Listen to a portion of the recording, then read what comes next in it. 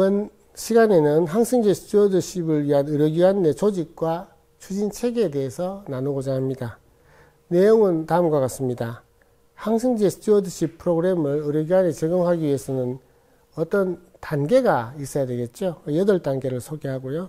항생제 스튜어드십 활동을 위한 조직은 어떤 조직들이 필요하고, 핵심 구성원들은 어떤 구성원들이 필요하며, 이것이 여러 부처니까 다학제적으로 필요하다라는 것을 말씀드리고, 내가 근무하는 의료기관에서 적합한 전략의 조합은 무엇인가를 고민하고 리더십이 중요하다라는 말씀을 같이 나누고 요약하겠습니다. 의료기관 내 항생제 스튜어드십의 8가지 단계가 소개되어 있는데, 우리가 동기를 가져야 되고요. 왜 이게 문제가 되는구나, 개선해야 되겠구나, 이런 거겠죠. 그리고 리더십에 대해서 셋업을 해야 되고, 조직을 만들고 무엇을 우선순위를 하고, 어떤 문제를 해서 어떤 인터벤션, 어떤 거를 고쳐서 그 고친 거에 대한 측정, 효과가 있다, 효과가 없다라면은 메저먼트를 어떻게 하고, 그리고 교육을, 이런 것들을 하기 위한 교육, 그리고 결국은 그 임상 그 부처와 이 결과를 커뮤니케이션하고 또 다른 직원과 이렇게 소통하는 이런 과정 8가지를 소개하고 있고, 이런 과정들이 하나하나 이루어지는 것이 쭉 순식간에, 그리고 일을 하다 보면 자연스럽게 이루어지는 부분이 되겠습니다. 부처들은 여러 사람이 같이 일을 하게 되면 중심이 되는 사람이 있고 도와준 사람이 있을 텐데, 중심이 되는 사람은 누구이며 도와준 사람은 누구일까?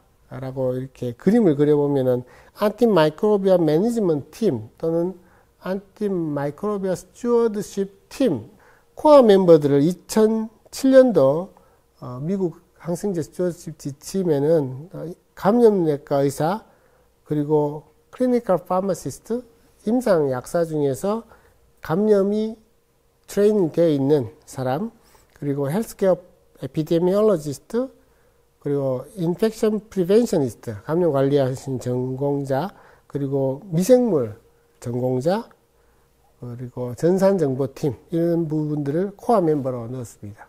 여러 부처의 콜라보레이션, 요즘 콜라보레이션이란 말 많이 나오는데 콜라보레이션이 필요하다라고 적었고요. 접근을 퀄리티 어슈런스, 페이션 세이프티 측면으로 접근하는 것이 좋다. 그리고 집행부의 서포트가, 집행부의 지지가 필요하다라고 IDSA, 미국 감염학회 가이드라인에 표시되어 있습니다. 미국의 CDC라는 조직은 유명한데, 아시다시피 CDC에서 감염 관리를 할 뿐만 아니라 항생제 관리를 또 해야 된다라고 강조를 합니다.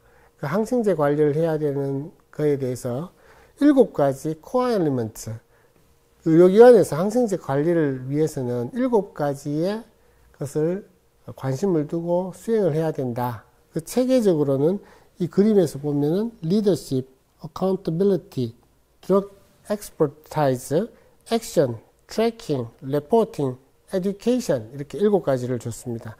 이것을 사이클을 그리면서 여러 가지 측면에서 다 추진을 해서 항생제 사용량과 항생제 사용의 질을 관리하십시오 라고 이야기하고 있습니다. 2014년도에 Core Elements of Antimicrobial Stewardship을 처음 발표를 했고요. 2019년도에 그것을 업데이트했습니다. 업데이트한 내용은 제가 좀 들여다봤는데, 과거에는 감염내과 의사의 중심이었다면 2014년도에서 2019년도로 바뀌는 측면에서는 감염내과 의사뿐만 아니라 감염 전공 파머시스트, 약사의 역할을 크게 같이 두었습니다. 근데 이 상황은 우리가 조금은 달라서, 우리는 그럴 훈련된 인력이나 약사 중에서 감염을 전공하거나 또는 스튜어드십, 항생제 스튜어드십을 훈련되어 있거나 하신 분들이 매우 적은 것 같습니다. 코어 엘리먼트를 CDC가 제시를 했다고 하는데, 그 CDC가 코어 엘리먼트를 제시하고 이 코어 엘리먼트의 체크리스트, 어떻게 하면은 이것들을 잘 체크하면서 이게 이루어지는지, 우리가 임상에서 또는 의료기관에서 실제로 체크리스트 활용을 많이 하지 않습니까? 그것에 대해서 책자도 나와 있음을 보여줍니다. 인증평가가 우리나라에 있다면 미국에서는 The JC라는 평가가 사립병원 또는 여러 병원들에 다 이렇게 해당하는데, 그 CDC의 코어 엘리먼트와 JC 스탠다드의 그 기준은 그 그림에서 보는 표에 대응합니다. 리더십, 그리고 에듀케이션, 약물의 전공하는 그런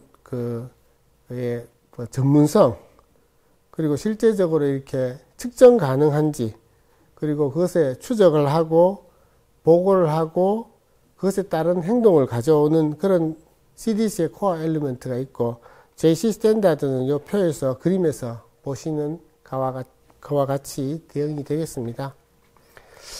어떤 한 가지만 하면은 항생제 스튜어드십을 잘 관리할 수 있는 것은 없습니다. 여러 가지 것들을 다 같이 해야 되고, 한 부서가 또 항생제를 다 관리할 수가 없습니다. 멀티 디스플리너리 어프로치, 다 학제적, 다 부서에서 같이 접근해야 된다라고 강조하고 있고요. 한국에서는 감염내과 의사가 주 역할을 하는데, 미국에서 최근에 감염을 전공하는 약사가 역할이 커졌지만 우리는 그 상황을 그대로 따라가기는 아직은 좀 어렵다, 이렇게 생각이 됩니다. 그러나 우리나라에서 강한 전산 정보 같은 것들을 잘 활용하는 것이 필요하고요. 우리나라에서 감염 관리와 의료질 관리는 지금 제 궤도에 있죠. 같이 코워크를 하고 하는 것이 필요하겠습니다. 진단검사 부서, 그리고 실제로 임상의사들이 이 활동에 동참해 주는 것이 필요하겠습니다. 내가 근무하는 의료기관에 맞는 체제를 만들어야 되는데, CDC가 7가지를 제시를 했지만 그 CDC에 제시한 것을 똑같이 받아들일 필요는 없습니다. 아까 말씀드렸다시피 우리나라 실정과 다른 감염 전공 약사를 어떻게 하라, 이런 것들은 우리가 없는데 뭐 할 수 없지 않습니까? 그렇듯이 CDC가 제안한 것과 또는 오스트랄리아가 제안한 것과 유럽이 제안한 것과 이런 것들을 참조로, 그리고 우리 병원, 내가 근무하는 병원에서 항생제를 잘 관리하고 항생제의 잘못된 사용과 과사용을 관리하고 줄이고, 이런 것들을 잘 추진하기 위해서는 집행부가 관심이 없고 하면은 어렵겠죠. 인증제 이런 데 볼 때 집행부가 얼마나 열심히 그 의지를 가지느냐, 그 사업의 의지를 가지느냐가 중요하게 보는데, 집행부를 설득하고 리더십을 가지고 도와줄 수 있고 인력과 예산을 투자할 수 있도록 설득하는 것이 중요하겠습니다. 그러기 위해서는 집행부는 환자가 안전하고 퀄리티가 좋아야 된다는 것에 잘 설득을 당할 만큼 중요시 여기시잖아요. 환자 안전, 감염 관리, 의료질 관리적인 측면에서 접근하는 것이 좋겠습니다. 요약드립니다.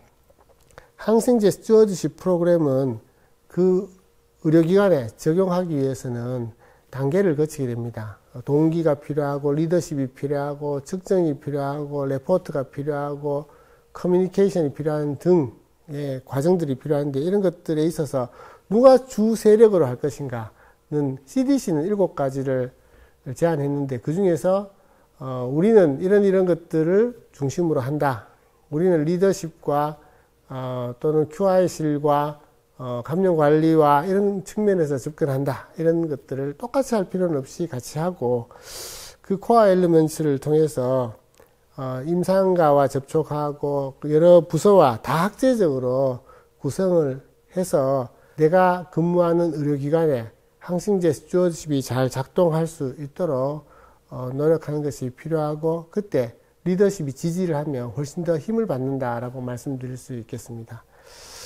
이상 항생제 스튜어드십을 병원에서 실제로 작동시키기 위해서 어떤 노력들이 필요한지 다부처 활동, 다부처의 협력이 필요하다는 말씀을 드렸습니다. 감사합니다.